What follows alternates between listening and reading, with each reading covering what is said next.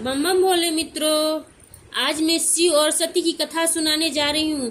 तमेव माता च पिता तमेव बंधु च सखा तमेव विद्या द्वयम तमेव सर्वम देव देव। कथा इस प्रकार है।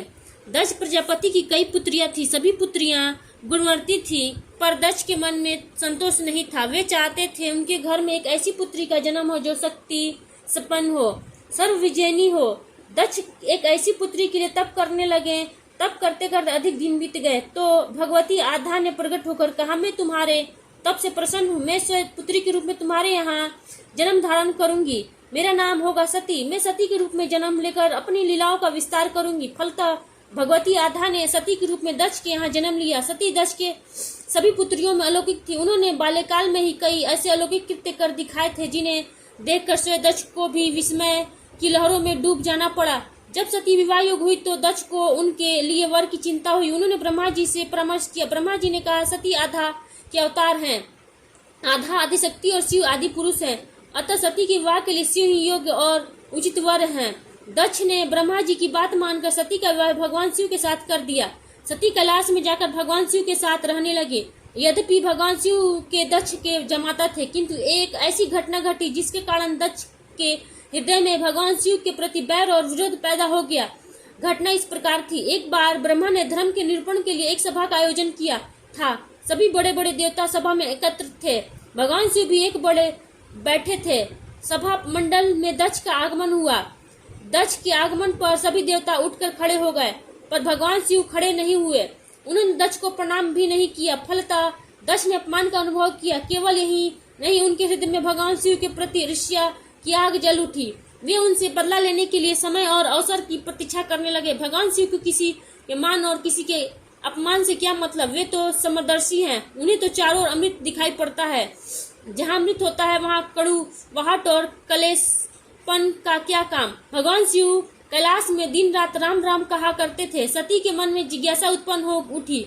उन्होंने अवसर पाकर भगवान शिव से प्रश्न किया, आप राम राम क्यों कहते हैं? राम कौन है? भगवान शिव ने उत्तर दिया, राम आदि पुरुष है, स्वयं भू है, मेरे आराध्य है, संगुण भी है, निर्गुण भी है। किंतु सती के कंठ के नीचे बात उतरी नहीं। वे सोचने लगे, अयोध्या के नृपति दशरथ के पुत्र राम आदि पुरुष के अवतार कैसे हो सकते हैं? वे तो आजकल अपनी पत्नी सीता के योग में दंडक वन में उन्मत्तों की भांति विचरण कर रहे हैं। वृक्ष और लताओं से उनका पता पूछते फिर रहे हैं। वे आदि पुरुष के अवतार होते तो क्या इस प्रकार आचरण करते? सती के मन में राम की परीक्षा लेने का विचार उत्पन्न हुआ। सीता का रूप धारण करके दंडक वन में जा पहुंची और राम के सामने प्रकट हुई। भगवान राम ने सती को सीता के रूप में देखकर कहा, माता आप एकांकी वहाँ वन में कहाँ घूम रही हैं?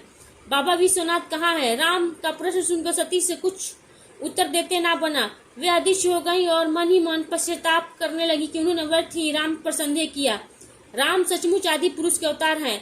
सती जब लौटकर कैलाश गई तो भगवान शिव ने उन्हें आते देख कहा, सती तुमने सीता के रूप में राम की परीक्षा लेकर अच्छा नहीं किया। सीता मेरी आराध्या है, अब तुम मेरी अर्धांगिनी कैसे रह सकती हो? इस जन्म में हम और तुम पति और पत्नी के रूप में नहीं मिल सकते। शिव जी का कथन सुनकर सती अत्यधिक दुखी हुई, पर अब क्या हो सकता था? शिव जी के मुख से निकली हुई बात असत्य कैसे हो सकती थी? शिव जी समाधि स्थित हो गए। सती दुख और पश्चाताप की लहरों में डूबने उतारने लगी। उन्हीं दिनों सती के पिता कनखल में बहुत बड़ा यज्ञ कर रहे थे। उन्होंने यज्ञ में सभी देवताओं और मुनियों को आमंत्रित किया था, किंतु शिव जी को आमंत्रित नहीं किया था, क्योंकि उनके मन में शिव जी के प्रति ईर्ष्या थी। सती को जब यह ज्ञात हुआ कि उन्होंने पिता ने बहुत बड़े यज्ञ की रचना की है, तो उनका मन यज्ञ के समारोह में सम्मिलित होने के लिए बेचैन हो उठा। शिव जी समाधि स्थित थे, अतः वे शिव जी से अनुमति लिए बिना ही वीरभद्र के साथ अपने पिता के घर चली गई। कहीं कहीं सती के पितृगृह जाने की घटना का वर्णन एक दूसरे के रूप में इस प्रकार मिलता है। एक बार सती और शिव कैलाश पर्वत पर बैठे हुए परस्पर वार्तालाप कर रहे थे। उसी समय आकाश मार्ग से कई विमान कनखल की ओर जाते हुए दिखाई पड़े। सती ने उन विमानों को देखकर भगवान शिव से पूछा, प्रभु ये सभी विमान किसके हैं और कहाँ जा रहे हैं? भगवान शंकर ने उत्तर दिया, आपके पिता ने यज्ञ की रचना की है। देवता और देवता गणाएं इन विमानों में बैठकर उसी यज्ञ में सम्मिलित होने जा रहे हैं। सती ने दूसरा प्रश्न किया, क्या मेरे पिता ने आपको यज्ञ में सम्मिलित होने के लिए नहीं बुलाया? भगवान शंकर ने उत्तर दिया, आपके पिता मुझसे बैर रखते हैं, फिर मुझे क्यों बुलाने लगे? सती मन ही मन सोचने लगी, फिर बोली, यज्ञ के अवसर पर अवश्य मेरी बहनें आएंगी। उनसे मिले हुए बहुत दिन हो गए। यदि आपकी अनुमति हो तो मैं भी अपने पिता के घर जाना चाहती हूँ। यज्ञ में सम्मिलित हो लूंगी और बहनों से भी मिलने का सुअवसर मिलेगा। भगवान शिव ने उत्तर दिया, इस समय वहां जाना उचित नहीं होगा। आपके पिता मुझसे जलते हैं, हो सकता है वे आपका भी अपमान करे। बिना बुलाए किसी के घर जाना उचित नहीं होता। भगवान शिव ने उत्तर दिया, हाँ, विवाहिता लड़की को बिना बुलाए पिता के घर नहीं जाना चाहिए, क्योंकि विवाह हो जाने पर लड़की अपने पति की हो जाती है। पिता के घर से उसका संबंध टूट जाता है। किंतु सती पिहर जाने के लिए हट करती रही, अपनी बार बार बात दोहराती रही। उनकी इच्छा देखकर भगवान शिव ने पिहर जाने की अनुमति दे दी। उनके साथ अपना एक गण भी कर दिया। उस गण का नाम वीरभद्र था। सती वीरभद्र के साथ अपने पिता के घर गई, किंतु उनसे किसी ने भी प्रेम पूर्वक वार्तालाप नहीं किया। दक्ष ने उन्हें देखकर कहा, तुम यहाँ मेरा अपमान करने आई हो? अपनी बहनों को तो देख लो, वे किस प्रकार भांति भांति के अलंकारों और सुंदर वस्तुओं से सुसज्जित हैं। तुम्हारे शरीर पर एकमात्र बांगंबर है। तुम्हारा पति शमशानवासी और भूतों का नायक है। वह तुम्हें बांगंबर छोड़कर और पनाह ही क्या सकता है। दक्ष के कथन से सती के हृदय में पश्चाताप का सागर उमड़ पड़ा। वे सोचने लगी, उन्होंने यहाँ आकर अच्छा नहीं किया। भगवान ठीक ही कह रहे थे, बिना बुलाए पिता के घर भी नहीं जाना चाहिए। पर अब क्या हो सकता है, अब तो वो आ ही गई हूँ। पिता के कटु और अपमानजनक शब्द सुनकर भी सती मौन रही। वे उस यज्ञ मंडल में गई जहाँ सभी देवता और ऋषि मुनि बैठे थे तथा यज्ञकुंड में धू धू करती जलती हुई अग्नि में आहुतियां डाली जा रही थी। सती ने यज्ञ मंडल में सभी देवताओं को तो भाग देखे, किंतु भगवान शिव का भाग नहीं देखा। वे भगवान शिव का भाग न देखकर अपने पिता से बोले, पितृश्रेष्ठ यज्ञ में तो सबके भाग दिखाई पड़ रहे हैं, किंतु कैलाशपति का भाग नहीं है। अपने उनका भाग क्यों नहीं दिया? दक्ष ने गर्व से उत्तर दिया, मैं तुम्हारे पति कैलाश को देवता नहीं समझता। वह तो भूतों का स्वामी, नग्न रहने वाला है, हड्डियों की माला धारण करने वाला है। वह देवताओं की पंक्ति में बैठने योग्य नहीं है। उसे कौन भाग देगा? सती के नेत्र लाल हो उठे, उनकी भौं कुटिल हो गई, उनका मुखमंडल प्रलय के सूर्य की भांति तेजोदीप्त हो उठा। उन्हें पीड़ा से तिलमिलाते हुए कहा, ओह, मैं इन शब्दों को कैसे सुन रही हूँ? मुझे धिक्कार है। देवताओं, तुम्हें भी धिक्कार है। तुम भी उन कैलाशपति के लिए इन शब्दों को कैसे सुन रहे हो, जो मंगल के प्रतीक है और जो क्षण मात्र से समूह सृष्टि को नष्ट करने की शक्ति रखते हैं। वे मेरे स्वामी है। नारी के लिए उसका पति ही स्वर्ग होता है। जो नारी अपने पति के लिए अपमानजनक शब्दों को सुनती है, उसे नरक में जाना पड़ता है। पृथ्वी सुनो, आकाश सुनो और देवता तुम भी सुनो। मेरे पिता ने मेरे स्वामी का अपमान किया है। मैं अब एक क्षण भी जीवित रहना नहीं चाहती। सती अपने कथन को समाप्त करती हुई यज्ञ के कुंड में कूद पड़ी। जलती हुई आहुतियों के साथ उनका शरीर भी जलने लगा। यज्ञ मंडप में खलबली पैदा हो गई, हाहाकार मच गया। देवता उठकर खड़े हो गए, वीरभद्र को से कांप उठे। वे उछल कर यज्ञ का विध्वंस करने लगे। यज्ञ मंडप में भगदड़ मच गई। देवता और ऋषि मुनि भाग खड़े हुए। वीरभद्र ने देखते ही देखते दक्ष का मस्तक काट फेंक दिया। समाचार भगवान शिव के कानों में भी पड़ा।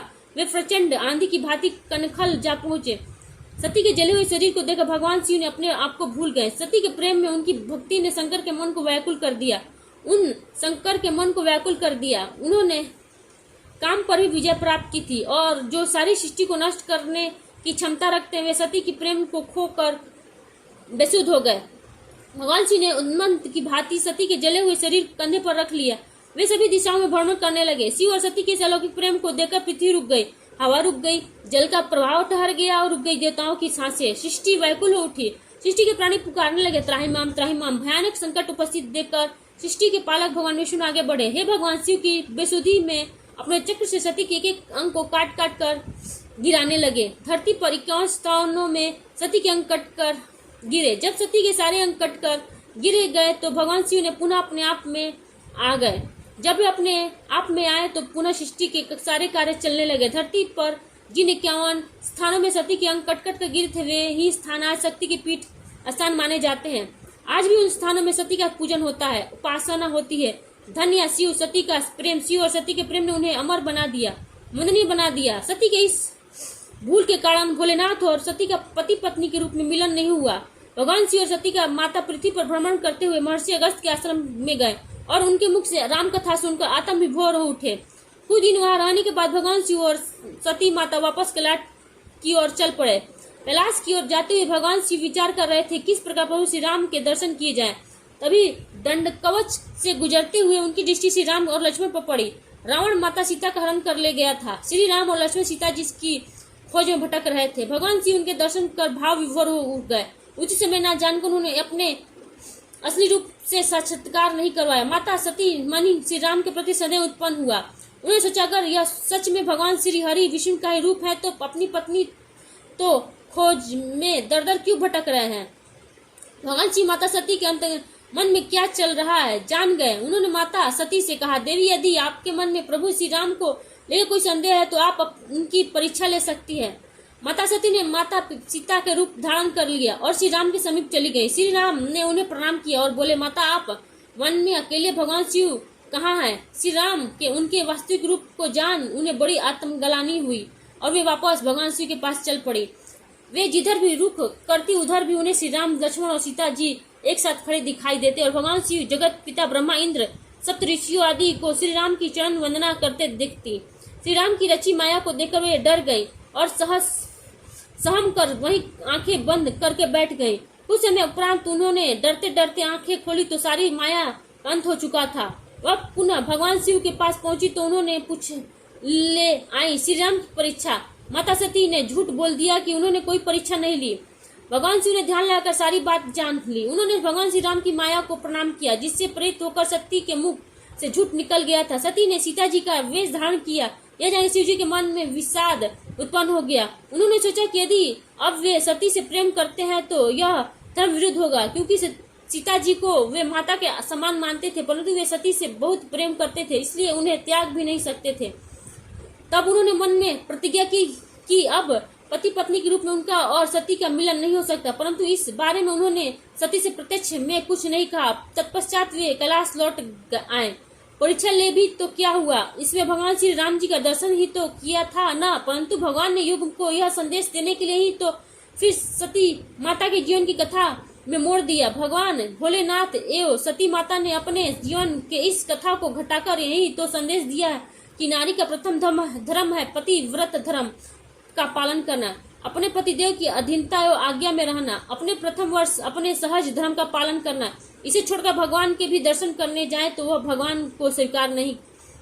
सती माता ने वह शरीर त्यागा तथा फिर पार्वती बनकर अपने प्रियतम भगवान भूतनाथ की सेवा के अलावा कोई कामना नहीं रखी। राज महलों केसरों को ठुकरा दिया तथा अभाव में रहकर सदैव के लिए पार्वती जी भगवान शिव की अर्धांगिनी बनकर फिर युग युगांतर तक अपने सहज धर्म का पालन करती रही। भगवान भोलेनाथ जी के इस पास चाहे संसार के कृत्रिम सुख सुविधाओं ऐश्वर्य का अभाव है, परंतु उनके पास प्रकृति रूपी परमेश्वरी पार्वती जी सदा सदा से निवास करती हैं। अब क्योंकि भगवान के पास भाव और ब्रह्मा भाव है, सच्चा अच्छा युग के अनुरूप प्रथम सहज धर्म के पालन का सहज भाव है, तभी तो भगवान भोलेनाथ भक्तों पर बड़ी जल्दी प्रसन्न हो जाते हैं, क्योंकि भक्तों का कल्याण करना भगवान का सहज धर्म है।